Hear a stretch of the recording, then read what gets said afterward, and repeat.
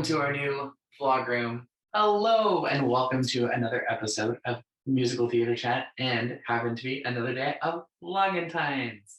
Today, we are going to be talking about none other than Diana the Musical, which sadly just closed on December 19th of 2021.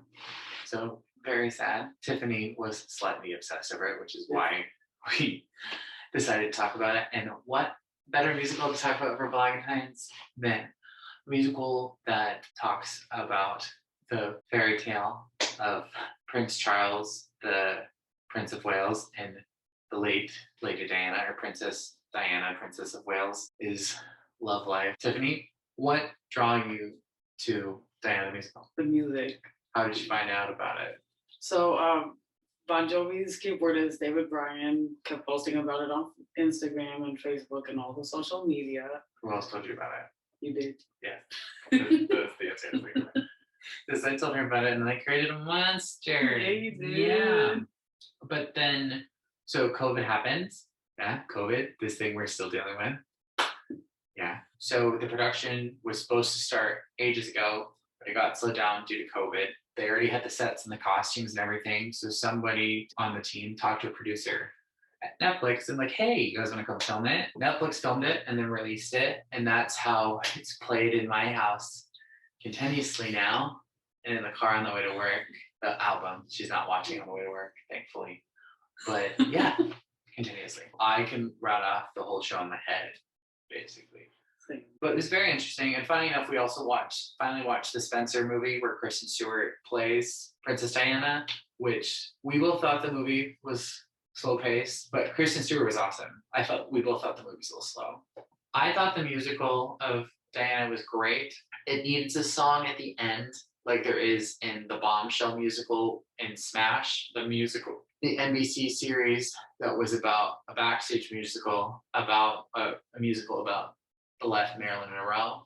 And in Bombshell, there's a song called Don't Forget About Me after Marilyn dies. Spoiler alert, sorry. Smash came out a while ago. We all know that Marilyn dies, but yeah. So there's a song at the end where Marilyn sings about Don't Forget About Me. Well, it's a very positive, uplifting song. First time I heard it, goosebumps. The song at the end of Diana the Musical, great.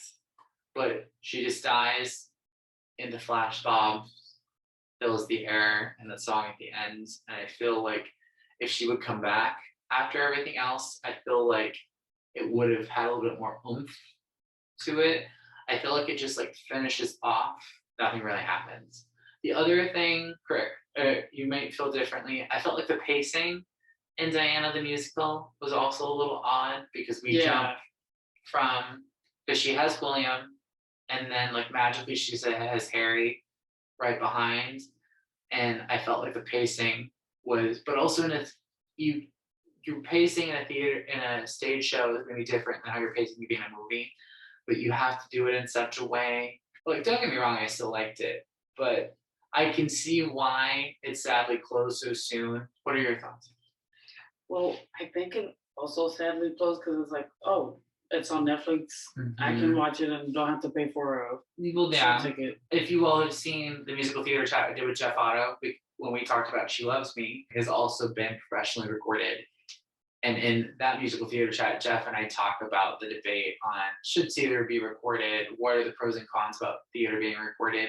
And I strongly feel that theater is better live, is what Jeff also said. But especially in the last year and a half, almost 2 years we've all gone through now since 2020 and the start of the pandemic and the shutdown and other shutdown, especially the UK, who's going through many ultra shutdowns and different restrictions.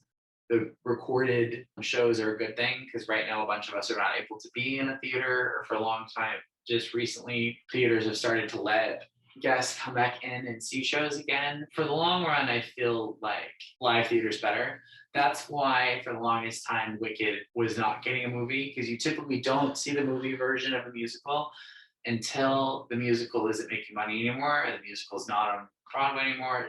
So that's why it's taken so long for Wicked to get to making a movie, because Wicked still makes money. They still sell out shows for Wicked. But yeah, I do agree in the midst of my ramble that the Netflix probably did have a bit of a hinder on it, but then again, it did and it didn't, because the Netflix got more people's attention to it, because people that may have not gone to Broadway to go see it, that may have been their first experience with the musical, is watching Diana the Musical on Netflix. And that's the good side of taping musicals professionally or having them recorded to go on Netflix. But Diana the Musical is amazing. You should check it out on Netflix. Yes. It's really great. Sad it had such a short-lived life on Broadway, but I'm happy that the story is being told more. I also love movie Spencer is out. It's on, you can catch it on Hulu. I don't know what other streaming platforms you can catch it on, but that is also out there. So Diana's story is getting told. I feel like her life ended too soon. She did a lot of good. I feel if she was still around, she would still be doing a lot of good, but it's great that her children have carried on her legacy. But thank you for tuning in for another musical theater chat and another episode of Vlogentines. I know this was a short one.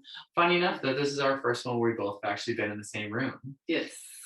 Because all of them up to this point have all been Zoom calls. I hope you all enjoyed it. I will try to link Diana the Musical on Netflix below. I think I can do that, ? But if not, I will link you one of the songs from Diana the Musical, because you should check it out. So the music from it gets stuck in your head. I will also link Smash below, since I talked about that. Diana thought, when we were watching Spencer today, I didn't think about the parallel between Anne Boleyn, the first wife of Henry VIII, and Diana had before watching Spencer, where Diana's reading about Anne Boleyn and parallels the two, and Diana compares Jane Seymour to Camilla Parker Bowles. I was like, ah! Thank you all for watching. Check out Diana the Musical. Check out Smash. Stay tuned for more of Vlogentines. Sorry about the delay. We both coming home and falling asleep. Again, we promise that more episodes of The Heiress are coming very soon. Bye.